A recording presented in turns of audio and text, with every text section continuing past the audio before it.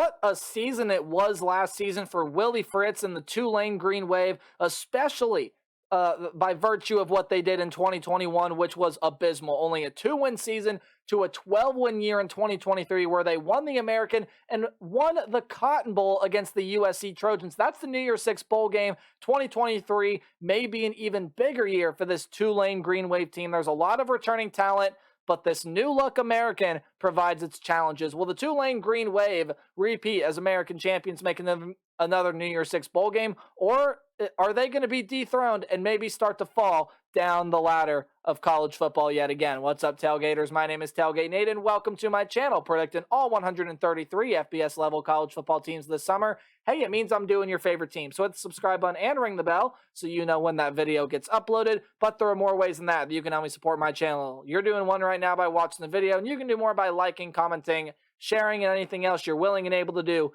to help me support my channel. Group of 5 predictions are finally here. Apologies for the long break in predictions, but Group of 5 predictions are here. We're starting out with the American Athletic Conference, and what better team to start with than the champions of last year, the Tulane Green Wave, and the new look American this year. How do preview predictions work on my channel? Well, Tulane fans, we're going to go through a roster overview and look at who the team lost, who's coming back, and who's coming in through the transfer portal and recruiting class, as well as taking a look at the Green Wave football schedule, and we'll go through game by game, give it a preview and prediction. So without further ado, let's talk about Green Wave football in 2023. The quarterback position, very important position. It's the most important position on the football field. You do have a couple other returners in Kai Horton and Justin Ibieta, who threw passes last year, both of them over 100 yards, but that's not the player I'm interested in talking about. No. Michael Pratt comes back, could be a top 10 quarterback in the nation this season. He is a phenomenal talent. 3,010 yards, 27 touchdowns, and 5 interceptions last season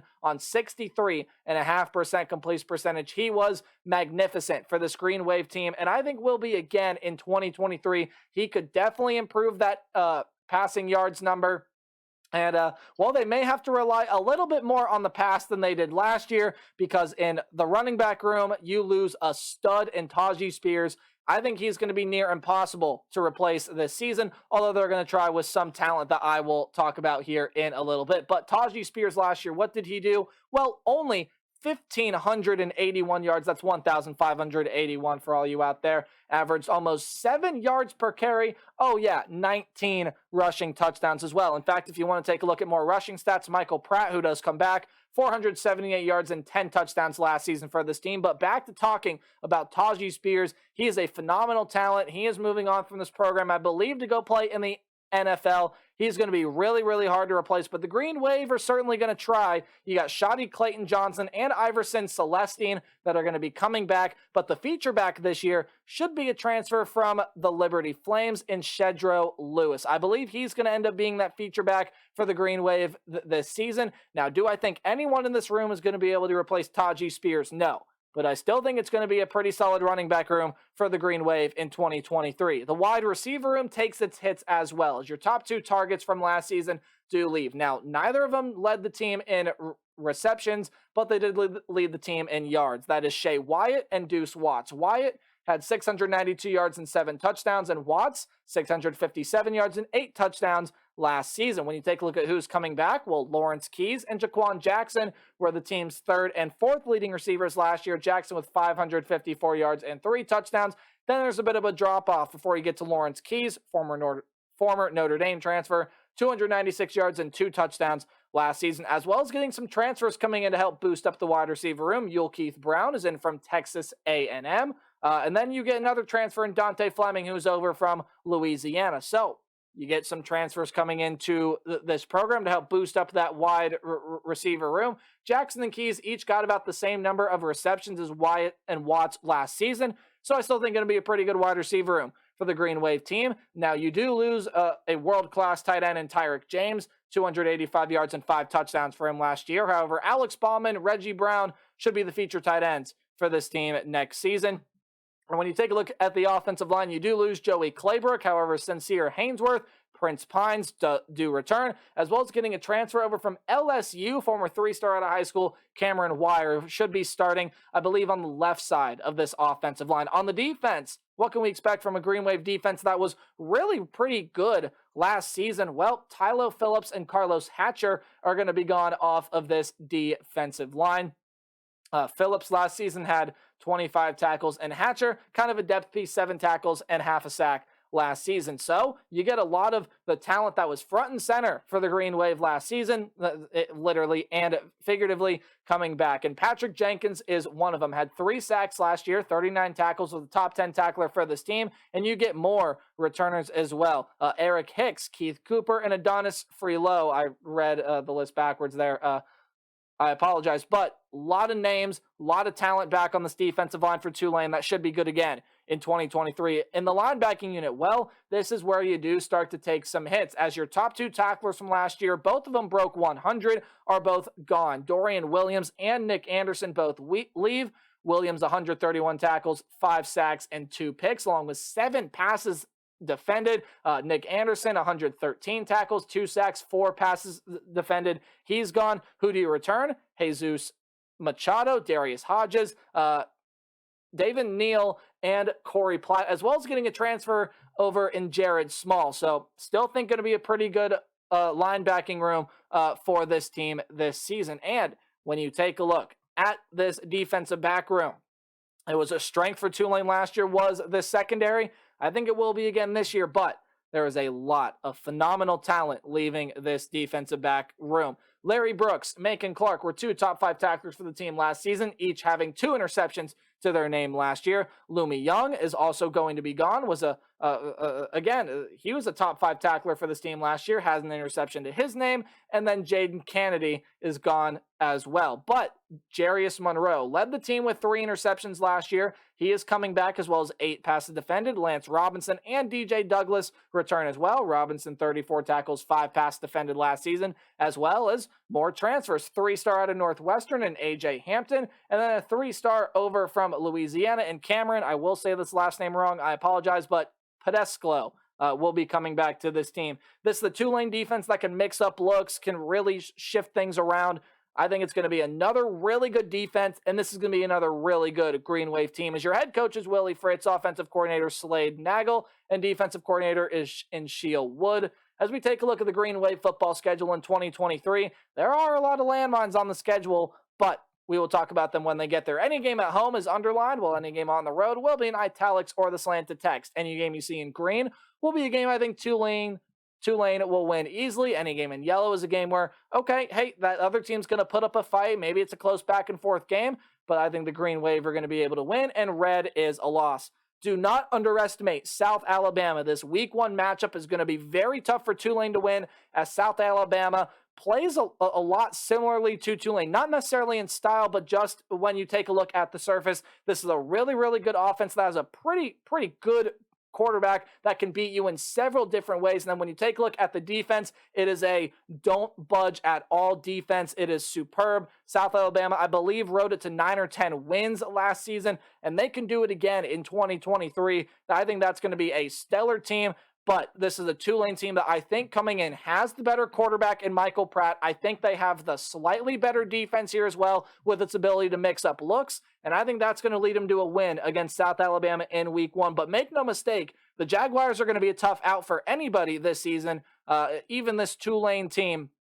But I think they get the job done there in week 1. And week 2 against Ole Miss, oh boy, is this going to be a game to watch. It might not be on a lot of college football fans' radar, but watch out for this one, as Ole Miss is a team that, well, look, that's a team that does return their starter, Jackson Dart, but there's a lot of depth coming into that quarterback room. Walker Howard, Spencer Sanders transfers in.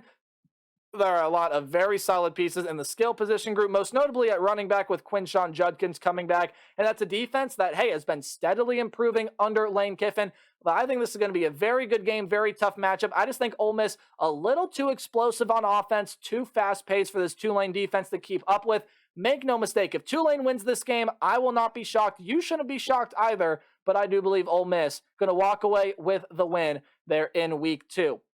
And there are some more tough games coming up on the road against Southern Miss. Could prove to be another tricky one. But after the really bad showing last year for the Tulane Green Wave against that Golden Eagles team. I believe this is going to be a win for Tulane on the road this season. I believe they have learned from their mistakes last year, and they're definitely the better team than Southern Miss. I think that'll be an easy win for Tulane on the road, as well as a win against an FCS level program there as well. So now you get into American Athletic play. It is the new look American Athletic. There are some new teams in here, one of them being their first game of American play for Tulane, and that is the UAB Blazers. Ever since bringing their football program back, they have been a very, very solid unit, and they have some good talent here. However, Trent Dilfer, coming out of the high school ranks, is just a head coaching hire I am not buying quite yet. Maybe he can be a pretty solid head coach, but I think give him some time to work into the system. I think this will be an easy win for the Green Wave to start out American Athletic play, and then you get your bye week, and I think it's perfectly timed. Why? Because, well, the very next week, you got to go on the road, play a Friday night game against the Memphis Tigers. That's a team bringing in some very talented transfers. I think they got a lot of nice pieces defensively that's going to be able to slow Tulane down, and they are also led by a phenomenal quarterback in Seth Hennigan, who has a lot of weapons on the offensive side of the ball. However, with this perfectly timed bye week and the strength of Tulane's secondary, I think they're going to be able to go on the road, pull out this win against the Memphis Tigers, and Tulane is going to keep rolling here in American Athletic play. Memphis is a very, very tough team to play, and they're going to make that game tough for Tulane, but I think on the strength of the Green Wave secondary being able to mix up looks, they're going to be able to slow down Seth Hennigan enough for their offense to come through, win them that game.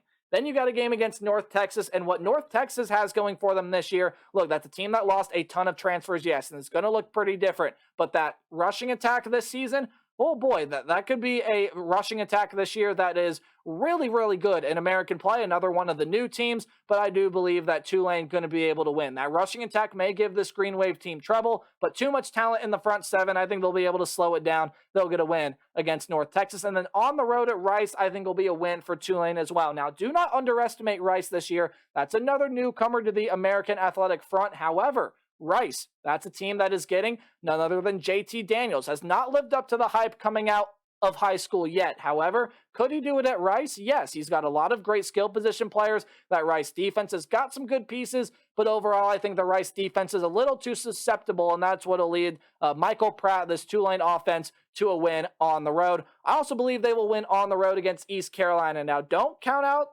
the Pirates. I think that's still going to be a pretty solid team here this upcoming season. However, they're going to be a new look team. There's a lot gone off of that defense, and especially that offense. Holt Ehlers, Keaton Mitchell, there's a lot of talent leaving that offensive side, especially also in that wide receiver room as well. There's some good pieces gone. East Carolina, I think, is still going to be a pretty solid team this year, and they should have a lot figured out by this point. Could make the game a lot closer than I'm predicting, but Tulane just too much talent. They go on the road and beat East Carolina. Tulsa, I think, is going to be a tough draw for Tulane. I think that's a team that does have some pretty good talent on it, and a game that, sandwiched between two road games here, definitely could be a game where Tulane cannot take this game off. It's a game that Tulane cannot afford to overlook. I think Tulsa, new head coach this year, they're going to be a very solid, very talented team, but Tulane, again, with the ability to mix up looks on defense, too much talent offensively, I think they're going to be able to win. FAU is an interesting team this year. I am buying that head coaching hire of Tom Herman. I really, really like it. I like what they did with Casey Thompson bringing in. However, what this FAU team lacks is depth, and I think that's what Tulane brings to the table. Tulane going to be a little too deep in a game that may be a little too close for comfort, but the Green Wave will come out on top, and I could talk about this one forever. What a treat we get in the final week of the season here. Again, a game that may not be on a lot of people's radar, but Tulane and UTSA will be on the football field in Week 13, and this is simply a toss-up game. UTSA has Frank Harris coming back, and even though Zachary Franklin is gone, still a lot of talent in that wide receiver room. The defense is good as well. Hey, I went with the hometown team here. Do not be surprised if UTSA wins this game. I just simply went with home field advantage in a game that we may get for 2 straight weeks. So all in all, I got Tulane going 11-1 this year. I think this is a really, really talented team. Don't be surprised if they go undefeated this year. And this is the team that could be well on their way to another New Year's Six bowl game appearance. But that's going to do it for me. Make sure to like, comment, subscribe, and tell me your thoughts on the Green Wave in the comment section below. And remember to play hard but tailgate harder. See all you guys in the next video. Goodbye.